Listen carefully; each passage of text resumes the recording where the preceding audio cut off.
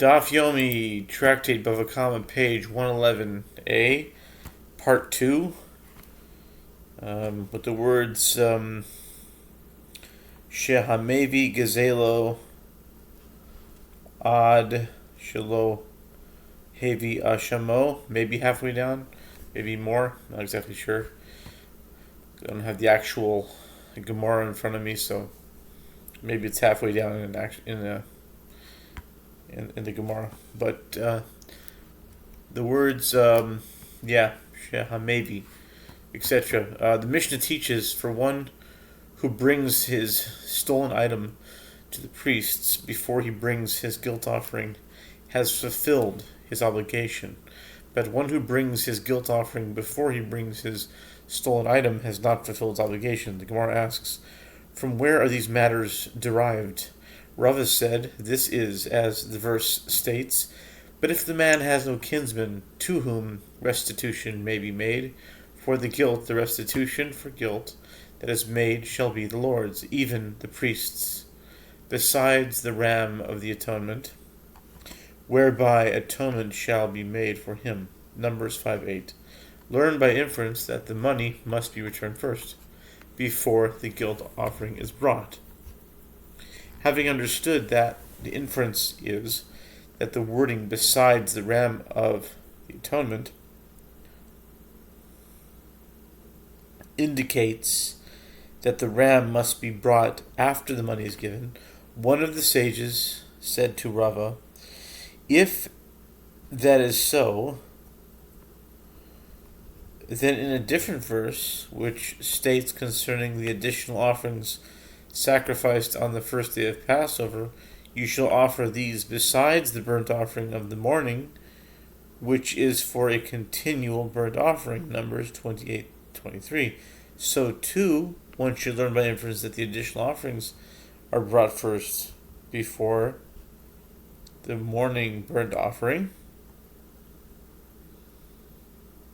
But isn't it taught in a Braita, from where is it derived that no sacrifice shall precede the daily morning offering?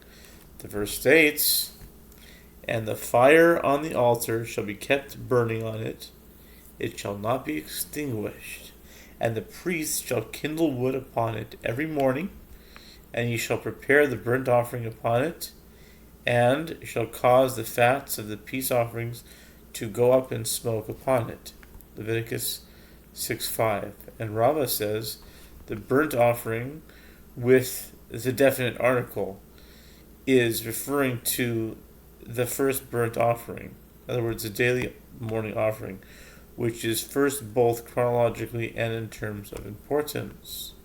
Rava said to him, I do not hold that the Tana derives this halacha from the wording of besides the ram of atonement, but I hold that the Tana derives it from the phrase in the same verse, whereby atonement shall be made for him, Numbers 5:8, which is written in the future tense, indicating that he will achieve atonement in the future by bringing the ram of atonement. But as of now, when he is giving payment for the robbery, the offering did not yet atone for his sin. The Mishnah teaches if he gave the principal to him, but did not yet give the additional 1/5 payment, his not giving it does not preclude sacrificing the offering. The Gemara now clarifies the source of this halacha.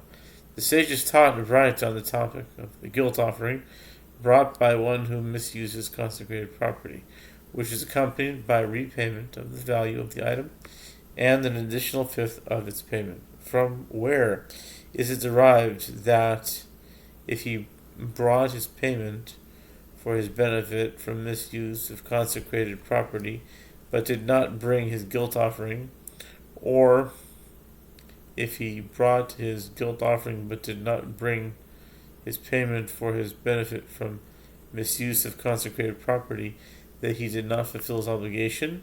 Talmud Lomar Ba'ayel Ha'asham V'nislach Lo. The Brisa continues, the verse states, with the ram of the guilt offering, Ha'asham, and he shall be forgiven.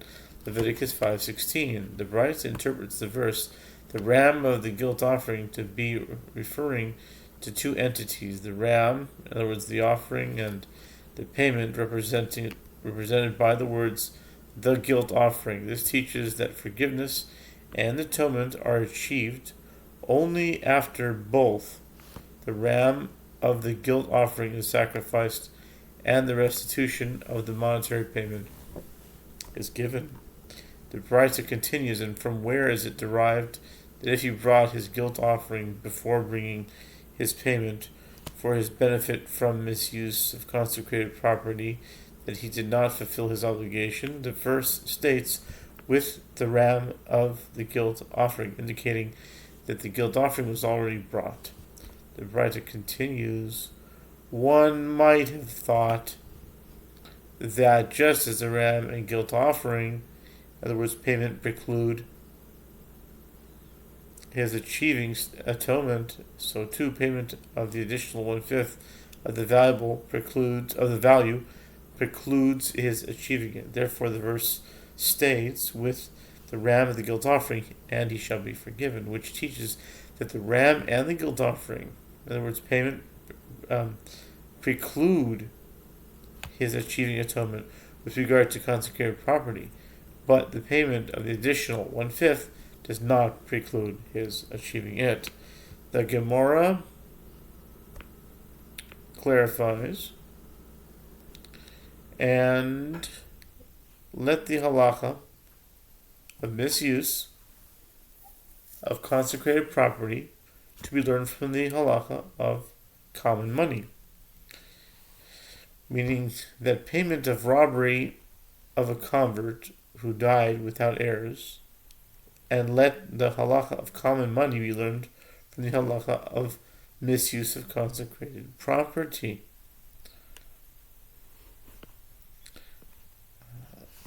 In what manner the halacha of misuse of consecrated property can be learned from the halacha of common money as follows, just as the word guilt that is written there in the context excuse me. The word guilt that is written there in the context of robbery of a convert is referring to the principle, in other words, the payment itself. So too, the word guilt that is written here in the context of misuse of consecrated property is referring to the principle. And the halacha of common money can be learned from the halacha of misuse of consecrated property as follows, just as with regard to the halacha of misuse of consecrated property, the additional 1/5 payment does not preclude his achieving atonement. So too, with regard to the halacha of common money as well, the additional 1/5 payment does not preclude his achieving atonement. Hadran Allah hagozel eitzim, we shall return to you, or maybe return to you, hagozel eitzim.